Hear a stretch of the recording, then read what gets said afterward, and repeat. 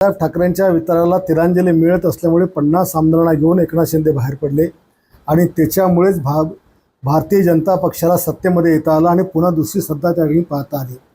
आणि एकनाथ शिंदे साहेबांना ममता बॅनर्जी करणं इतकं सोपं पण त्या ठिकाणचं नाही आहे, कारण शेवटी त्यांच्या पाठीमागे जनता आणि तसं त्यांनी काम केलेलं आहे। अब्दुल सत्तार जे काही बोलले त्यांची ही व्यथा ही खरोखर व्यथा आहे।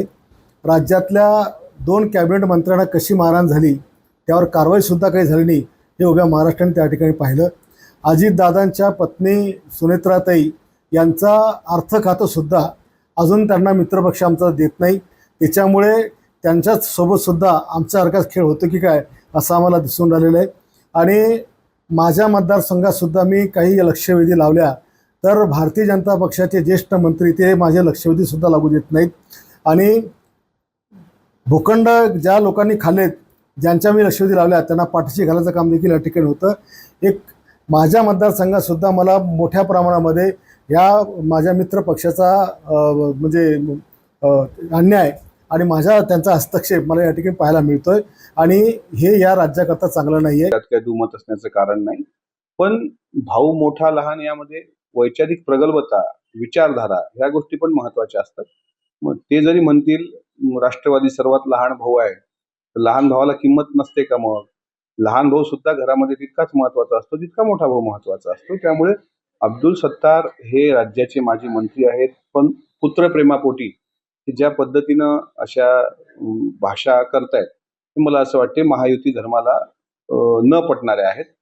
आणि शिंदे साहेबांनी त्यांना त्यांच्या पद्धतीनं सांगून शांत केलंय, पण आता इतक्या दिवसानंतर ते चर्चेत आलेत तर कोण लहान कोण मोठा, अजून 2029 घोडा मैदानाला 2-3 वर्ष वेळ आहे। त्यावेळेस आपण परत सिद्ध करू की आम्ही बरोबरीचे भाऊ होतो की मोठे भाऊ ठरतो की लहानच राहतो, तर त्यासाठी आम्ही मेहनत घेतोय।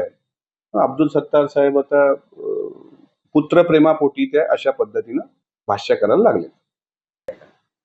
राष्ट्रवादी काँग्रेस पक्षाकडे 1 जागा येणार होती, तर आज महायुतीमध्ये आम्ही 2 जागा लढवतोय, पुणे आणि रायगड भागात। त्याच्यामुळं नाराजी असण्याचं काही कारण नाही, पण नाराजी एका गोष्टीची मात्र वाटते की अजितदादांच्या जाण्याला आज 5 महिने पूर्ण झाले। दादा त्यावेळेस महाराष्ट्र राज्याचे उपमुख्यमंत्री होते आणि अर्थमंत्री पण होते। सध्या सुनेत्रा वहिनी ह्या उपमुख्यमंत्री आहेत, पण अर्थ खात्याच्या संदर्भात अद्यापही माननीय मुख्यमंत्री महोदयांनी कुठलाही निर्णय न घेणं, अद्यापही राष्ट्रवादी काँग्रेस पक्षाचा त्या अर्थ खात्यावर अधिकार असताना अशा पद्धतीची वागणूक मिळणं मला असं वाटतं हे थोडं वेदनादायी आहे। नवनवीन घडामोडी पाहण्यासाठी स्टार महाराष्ट्र न्यूजला सबस्क्राईब करा आणि ताज्या बातम्यांचे अपडेट मिळवण्यासाठी बेल आयकॉनला प्रेस करा आणि परिपूर्ण बातमीबरोबर रहा, इतरांपेक्षा एक पाऊल पुढे।